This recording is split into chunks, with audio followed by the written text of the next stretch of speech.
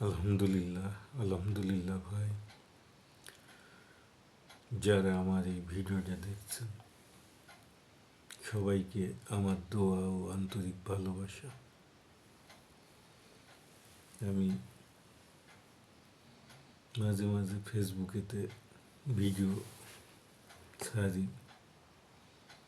ফেসবুকে যে অবস্থা, ভিডিও দেখার মতো নাই।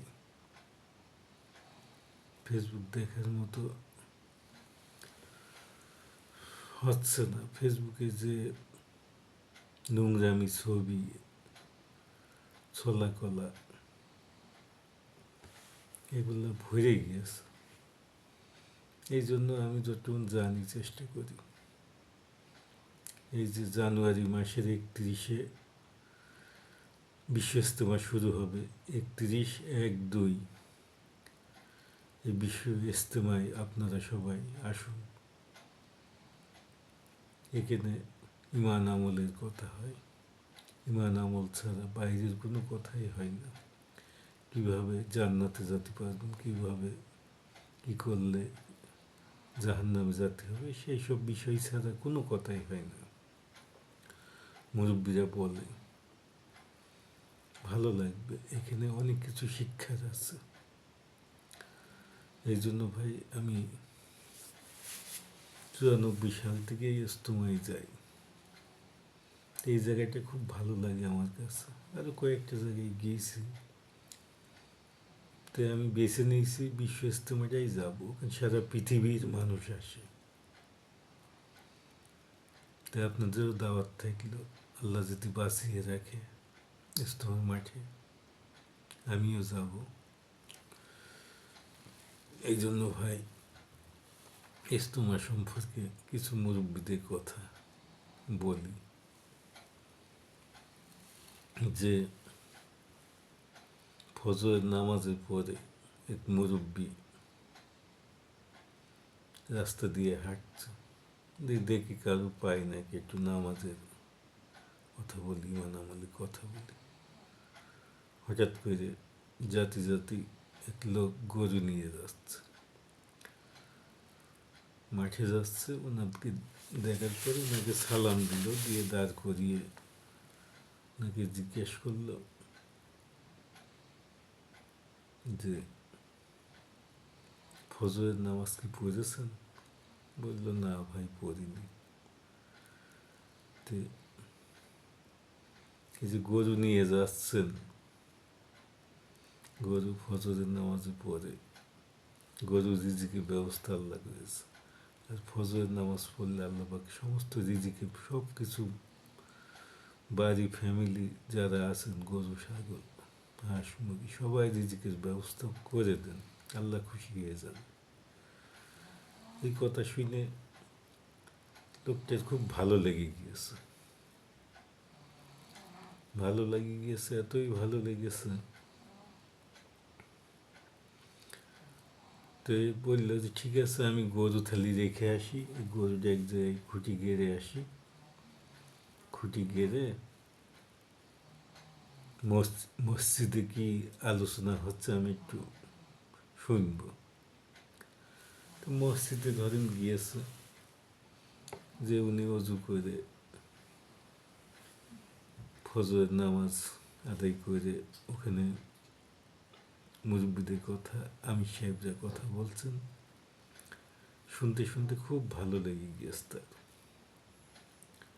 তো শুনতে শুনতে আল্লাহ আল্লাহ রাসুলের ইমান আমলের কীভাবে কথা হচ্ছে, এগুলা এর বাইরে তো কোনো কথাই হয় না। এইটা শুনে সে এক পর্যায়ে এত ভালো লেগেছে তার, শুনতেই আছে। এক সময় সে বিকাল পর্যন্ত এগুলো শুনতে শুনতে সে বলল, ঠিক আছে আমি বাসায় যাই। যে বিকালবেলা গরু খুলতে গিয়েছে, গরু খুঁটিতে গরু নেই, বাসায় চলে গিয়েছে, বাড়িতে চলে গিয়েছে তার বাড়ি। ধানের ভুঁইতে পানি দেবে, যে দেখে পরিপূর্ণ আল্লাহর কি রহমত মহিমা, পরিপূর্ণ ধানের ভুঁইতে পানি জমে গিয়েছে। আল্লাহর কাছে লাখ লাখ শুকরিয়া। ওইটা দেখার পরে উনি আরও আশ্চর্য হয়ে গিয়েছে। সব কিছু আল্লাহই করেন, আল্লাহ ছাড়া তো দুনিয়ায় কেউই নেই। সৃষ্টিকর্তা আল্লাহ, সব কিছু দেখার মালিক আল্লাহ। এই বিশ্বাস, এই একই না আমাদের ভিতরে আসে না। তো ওই সে ধানে ভুঁইতে পানি, এত পরিমাণ পানি আসছে, আমার আল্লাহ এত পরিমাণ পানি তাকে ধানে ভুঁইতে পরিপূর্ণ পানি দিয়ে দিয়েছে। তো দেখে আরো অবাক হয়ে গিয়েছে,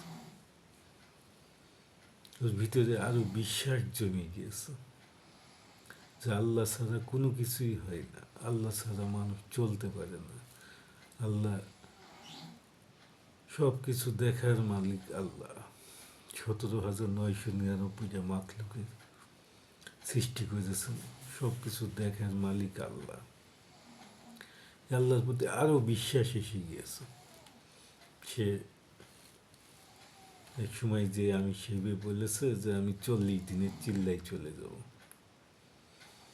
আমি সে বলেছে ঠিক আছে, তুমি যখন নিয়ত করেছো, আল্লাহ আল্লাহ রাসূলের কথা, ইমানি কথা তোমার এতই ভালো লেগে গিয়েছে, তোমার পরিপূর্ণ মনে হয় ইমান চলে এসেছে। তো উনি এক সময় বাসায় গিয়েছেন, বাসায় যে কিছু টাকা পয়সা ছিল সেগুলো নিয়েছে, নিয়ে উনি 40 দিনে আল্লাহর রাস্তায় বেরিয়ে গিয়েছেন। আল্লাহর পরে দায়িত্ব দিয়েছেন, আল্লাহ এই ফ্যামিলি দেখার মালিক আপনি, সব কিছু মালিকই আপনি, ফ্যামিলি ডুবার মালিকও আপনি, ফ্যামিলিকে ইজ্জত দেওয়ার মালিকও আপনি, ফ্যামিলিকে সম্মান দেওয়ার মালিকও আপনি। এই কথা বলে সে বেরিয়ে গিয়েছে আল্লাহর রাস্তায়। বেরিয়ে অনেকে গ্রামের লোকজন, কিছু লোকজন ভেবেছে যে বেচারিটা গিয়েছে কিছু টাকা পয়সা ওনার বাড়িতে দিয়ে আসি, দিয়ে আসি বলে যখন ওনার বাড়িতে গিয়েছে, যে